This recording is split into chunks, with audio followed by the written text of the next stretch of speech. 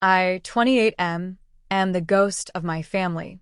For the last 7 years, I've been the guy they call when a basement floods or a laptop dies, but I'm conveniently forgotten when it's time for summer vacations or the annual Christmas cabin trip. I'm the eldest son, the stable one, which in my family's language means the one who doesn't need attention because I'm not constantly ruining my life. My younger brother, 25M, is the golden child. My parents, 50s, have spent years funding his failed startups and his luxury lifestyle while I worked 2 jobs to get through college. The dynamic was simple. I provide, he consumes, and they applaud him for it. The real trouble started when my grandfather passed away 3 years ago. He was a stoic man I was very close to. When he died, my father and mother handled the estate. They told me there was basically nothing left after medical bills and funeral costs. They said the family home, a sprawling 1920s craftsman on 5 acres of prime land, had to be sold to cover debts. I was heartbroken, but I trusted them. A year ago, I found out the house wasn't sold to a stranger. It was sold to a holding company. I did some digging and found out my father is the registered agent of that company. They didn't sell it to pay debts. They moved it to hide it from the probate process and keep me for my 40% share of the inheritance specified in my grandfather's will. They even used a forged power of attorney to drain a trust fund meant for my grad school to renovate the place. They invited me to Thanksgiving this year because my brother's latest crypto investment firm crashed, and they needed me to bail him out of some serious legal issues. At the table, the entitlement was thick. My father wiped his mouth and told me my brother had a setback and that I needed to co-sign a bridge loan for $150,000. My mother chimed in about how families support each other, and it was only fair I share my success. My brother didn't even look up from his phone, just saying it was basically just a signature for his new AI pet wellness venture. I took a sip of water and told them I couldn't do it because I was in the middle of heavy litigation. When they asked for what, I casually mentioned it was a fraud case involving someone forging a power of attorney to renovate a property that should have been liquidated. My father's face turned gray. My mother started crying, the usual guilt trip routine.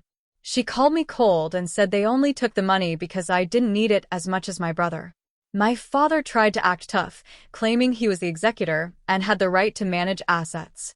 He even tried to play the friends in high places card, mentioning the local probate judge. I let them talk before dropping the hammer.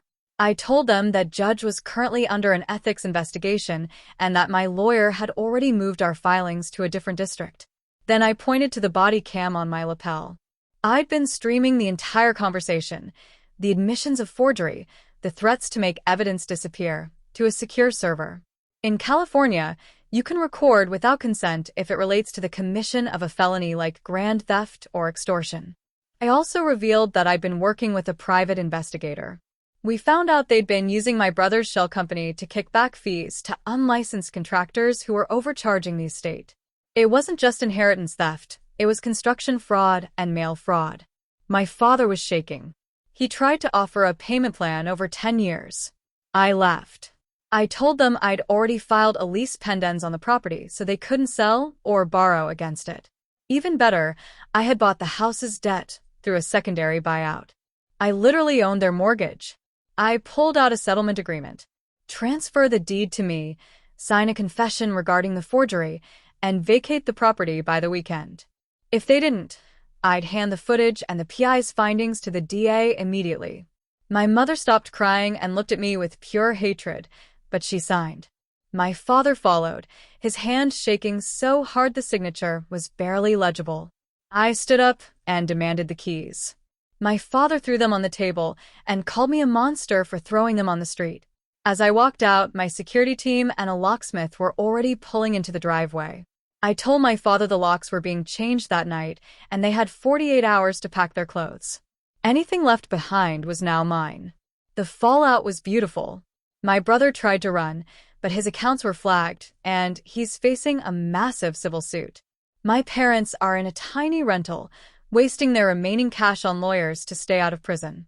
They send me family grace emails that go straight to my lawyer's trash bin. I spent the holidays in that craftsman house. It was quiet and finally mine. They thought I was the weak link, but I was the one with the bolt cutters.